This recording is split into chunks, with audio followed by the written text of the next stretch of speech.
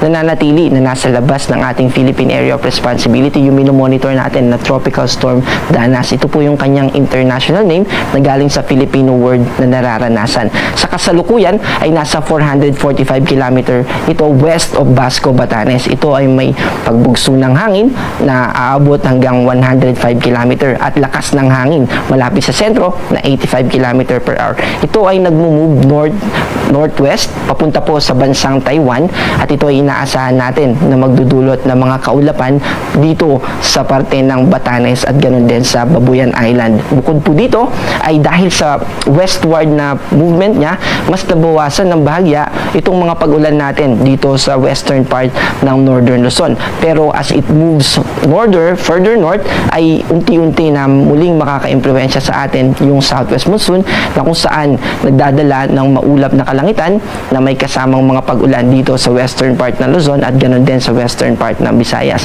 Kahit po malayo na yung bagyo, hindi po ibig sabihin nito ay hindi na tayo makakaranas ng pag-ulan. Dahil yung hanging habagat po, nararanasan po natin ito taon-taon sa ganitong buwan mula July hanggang October.